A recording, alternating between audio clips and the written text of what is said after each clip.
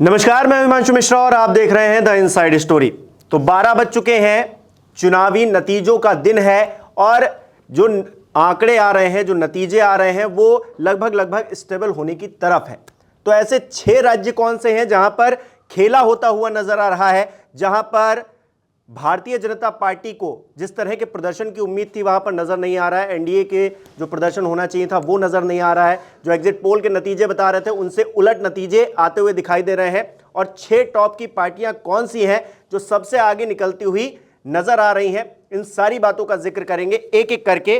देखिए, बिहार का जिक्र करेंगे, हरियाणा का जिक्र करेंगे, वेस्ट बंगाल, उत्तर प्रदेश, राजस्थान, पंजाब।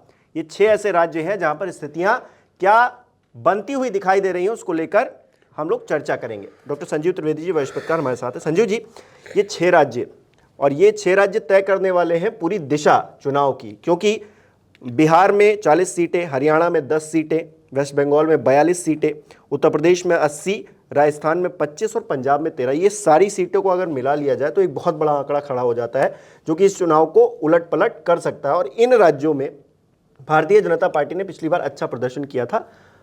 अब ऐसे में क्योंकि परिस्थितियां इन राज्यों में समझ में नहीं आ पा रही हैं भारतीय जनता पार्टी के लिहाज से, तो कैसे देखा जाए इन राज्यों को। बिहार के सबसे पहले जिक्र करूंगा, एक एक करके राज्यों पे आते हैं। तो बिहार में जेडीयू 14 पर और भारतीय जनता पार्टी 11 सीटें।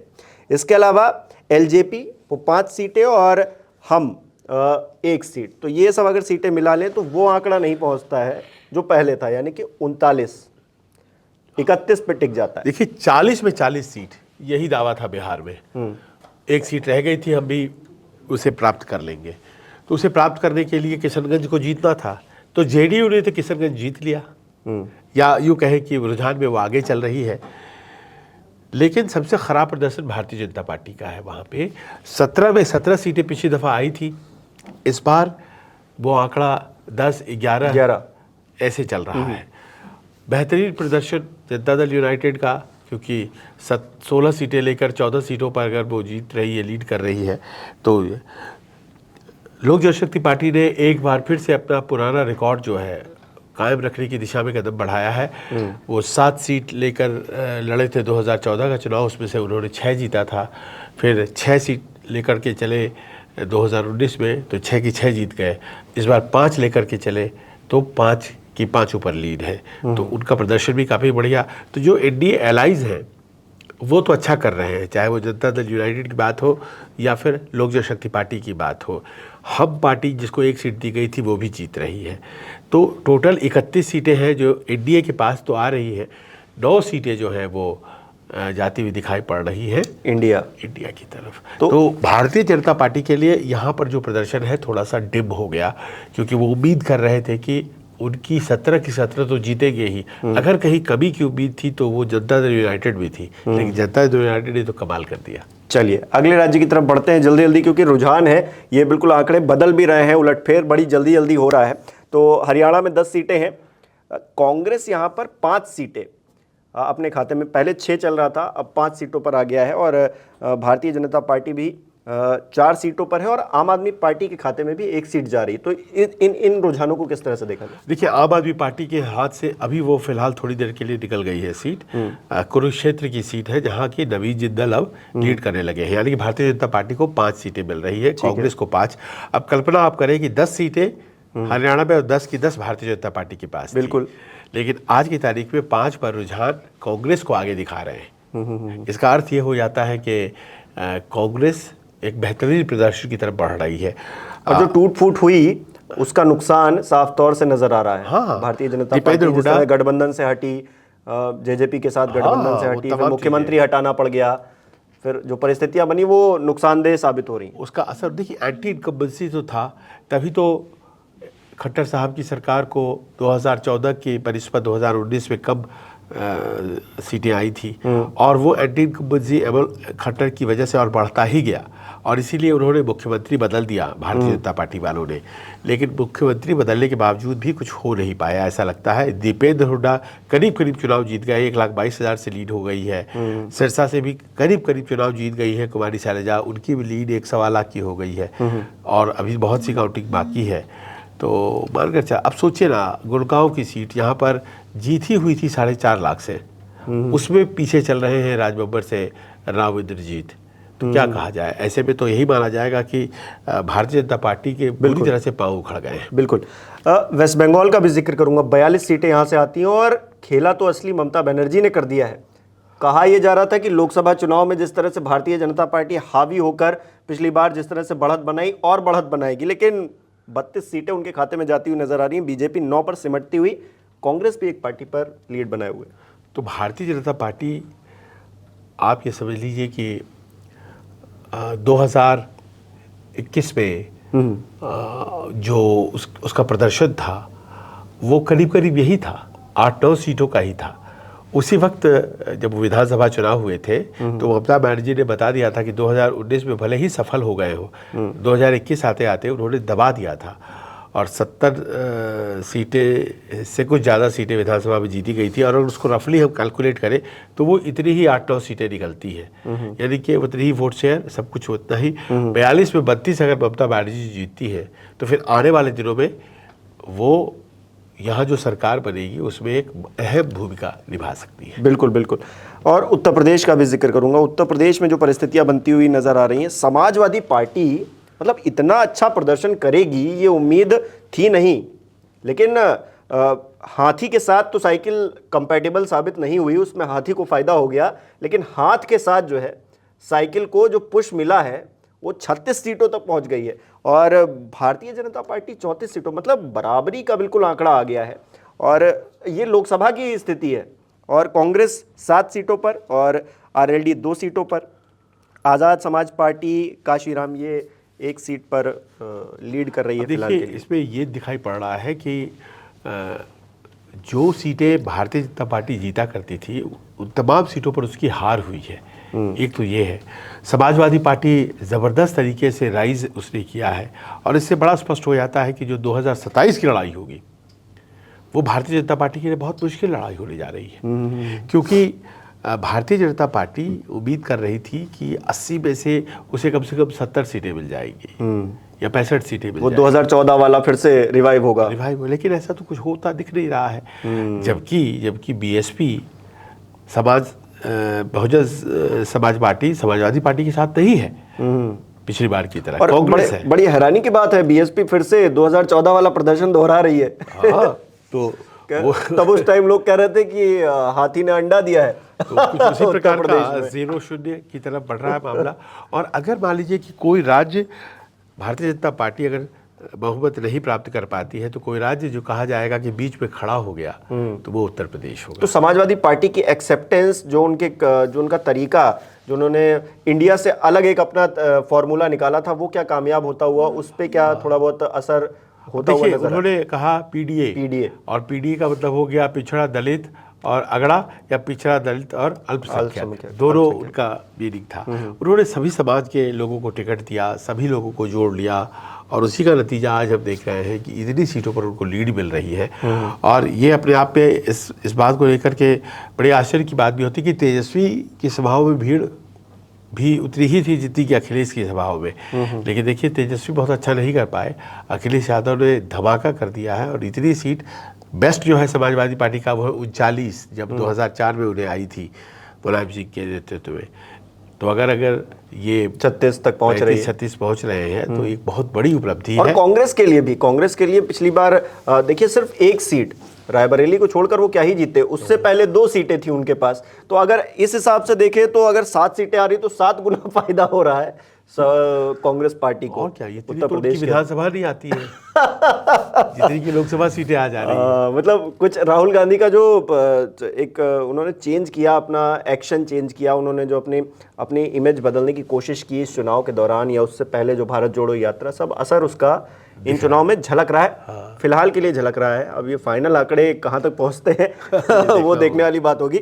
एक और राज्य राजस्थान में पिछली बार क्लीन स्वीप था भारतीय जनता पार्टी का, लेकिन इस बार क्लीन स्वीप नहीं है। वो लगभग आधी सीटें यानी कि 14 सीटों पर लीड कर रही है। कांग्रेस यहां पर 8 सीटों पर आगे निकलती हुई दिखाई दे रही है। इसके अलावा सीपीआईएम है 1 सीट पर, वो भी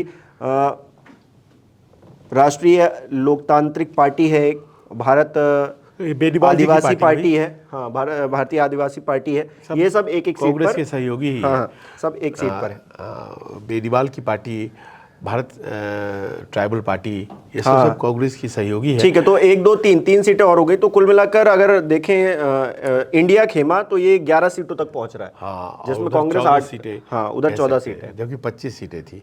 तो ये जो 100% स्ट्राइक रेट वाला था, उसमें राज्य आते थे राजस्थान, गुजरात, दिल्ली, उत्तराखंड, हिमाचल उत्तराखंड शायद हो जाए।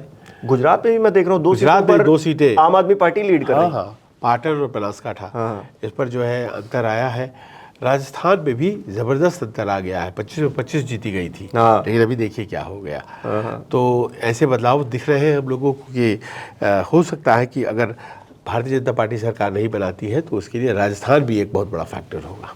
ठीक है, पंजाब 13 सीटें, इसमें कांग्रेस पार्टी 7 सीटों पर, आम आदमी पार्टी 3 सीटों पर, और शिरोमणि अकाली दल 1 सीट और इंडिपेंडेंट 2 जीत रहे हैं, तो मतलब लीड कर रहे हैं। तो यहाँ पर क्या स्थिति किस तरह से देखा जाए? इसमें देखा कांग्रेस पार्टी अपने आप को उसी स्थिति में जिस तरह पहले समाजवादी आम आदमी पार्टी ने जो ज़मीन छीनी थी वो लोकसभा चुनाव में क्या फिर से वापस पाती हुई नज़र आ रही है वहाँ पर कांग्रेस पार्टी? देखिए, लोकसभा चुनाव का जहाँ तक सवाल है, मुझे लगता है आम आदमी पार्टी पर जनता विश्वास नहीं करती है।